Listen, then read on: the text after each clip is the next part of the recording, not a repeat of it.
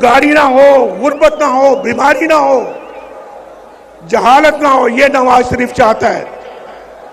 ये नवाज शरीफ चाहता है। और मेरी दुआ है अल्लाह ताला मेरे दिल के अंदर कभी भी कोई इंतकाम का जज्बा ना लेके आना। मैं इस कौम की खिदमत करना चाहता हूं। मैंने पहले भी की है। अल्लाह पाकिस्तान मुस्लिम लीग को और भी ताकत और तौफीक दे, ये खिदमत का सफर जारी रख सके। मैं जो शेर है वो मेरा सुन ले भाई। गालिब हमें ना छेड़ कि फिर जोश अश्क से, गौर से सुनो और समझो। गालिब हमें ना छेड़ कि फिर जोश अश्क से बैठे हैं हम तहैया तूफान किए हुए। हमें ना छेड़ो, जख्मों को ना छेड़ो हमारे, वरना हमारे इतने आंसू निकलेंगे कि तूफान आ जाएगा।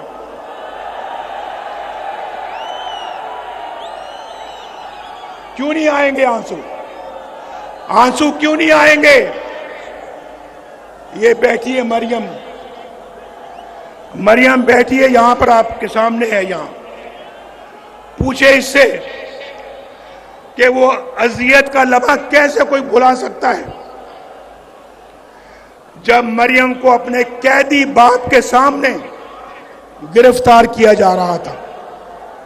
मैं कोट लखपत जेल में कैदी था, बंद था, और नैब वाले आकर मेरी आंखों के सामने इसको कैद करके लेके जाना चाह रहे थे।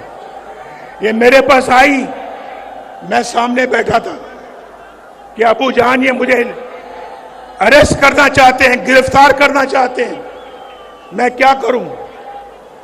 मैं क्या, एक कैदी क्या कर सकता है? अरेस्ट करना चाहते हैं तो कर लें। इसकी छोटी बेटी थी, छोटी बेटी अपनी मां की गिरफ्तारी का मंजर अपने आंसू भरी आंखों से देख रही थी, मेरे सामने बैठी हुई थी। मैं इस मिट्टी का रहने वाला हूं। मैं सन ऑफ द सॉइल हूं, ये भी डॉटर ऑफ द सॉइल है। इतना जुल्म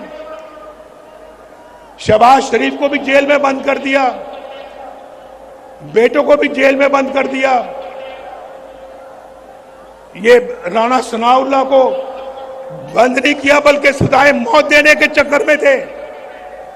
हनीफ अब्बासी को बंद नहीं किया बल्कि सजाए मौत देने के चक्कर में थे। और लोगों को, ख्वाजा साद रफीक जो अभी आपके सामने बात कर रहे थे, 2 साल जेल में बंद रखा। और फिर मुझे, आप देखें ना, मुझे छोड़े 1990 से लेकर आज तक कितने साल हो गए? जरा हिसाब आता है या हिसाब में कमजोर हूं? कितने साल हो गए? 23 साल। 23 साल में 15 साल मैं या तो मुल्क से बाहर, या जेल में, या मुकदमे भुगतता रहा। अगर ये 23 साल मैंने पाकिस्तान को दिए होते, आज अल्लाह के फजल करम से पाकिस्तान एक जन्नत बना होता। जन्नत, हम फिर जन्नत बनाएंगे इसको इंशाअल्लाह।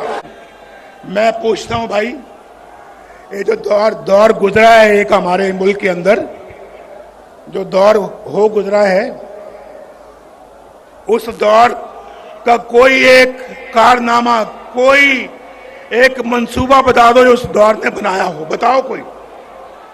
लेकिन अगर हमसे पूछते हो तो पूछो कि तामीर और तरक्की का कौन सा मंसूबा है, कौन सा काम है जो हमने नहीं किया? कौन सा काम है?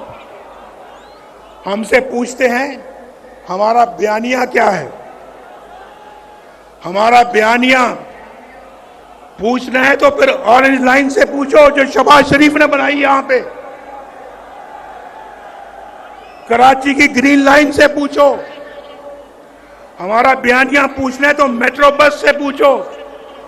एक शहर में नहीं, कई शहरों में। पेशावर इस्लामाबाद मोटरवे से पूछो। हमारा बयानिया पूछना है तो फिर चाकी के एटमी धमाकों से पूछो। हमारा बयानिया पूछना है तो फिर रोटी की कीमत से पूछो, डॉलर के रेट से पूछो, गरीब के बिजली के बिलों से पूछो। हमारा बयानिया पूछना है तो फिर इखलाकियात से पूछो।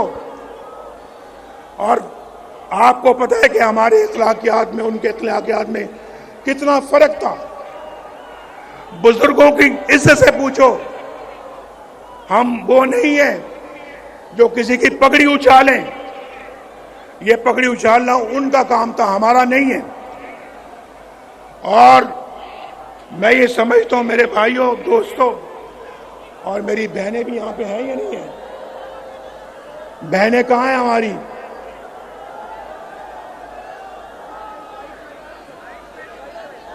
देखें हमारी बहनें कितने आराम से जलसा सुन रही हैं, कितने आराम से जलसा सुन रही हैं।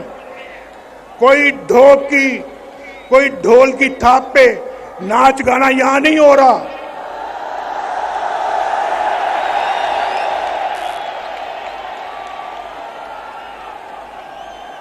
मेरी बात समझ गए आप या नहीं समझे? अगर समझे तो फिर जोरदार तरीके से जरा आवाज दो।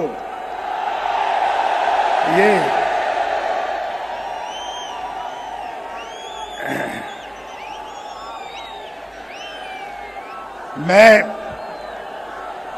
मैं समझता हूं कि पाकिस्तान के अवाम को जो दरपेश मसाइल हैं, क्योंकि अब कोताही की कोई गुंजाइश नहीं है, गुंजाइश नहीं है कोताही की। पाकिस्तान के अवाम को जो दरपेश मसाइल हैं उनके असबाब पे गौर करें और आइन की रूह के मुताबिक मुत्तहिद होकर मुस्तकबिल का प्लान बनाएं। हमारे आइन पर अमल दरामद करने वाले रियासती इदारे, जमातें और रियासत के सतूनों को मिलकर काम करना होगा। मिलकर कहो मेरे साथ, मिलकर काम करना होगा। आप भी दुनिया में एक मुनफरिद मकाम हासिल करना चाहते हो या नहीं? हाथ खड़ा करके बताओ। दुनिया में मकाम हासिल करना चाहते हो?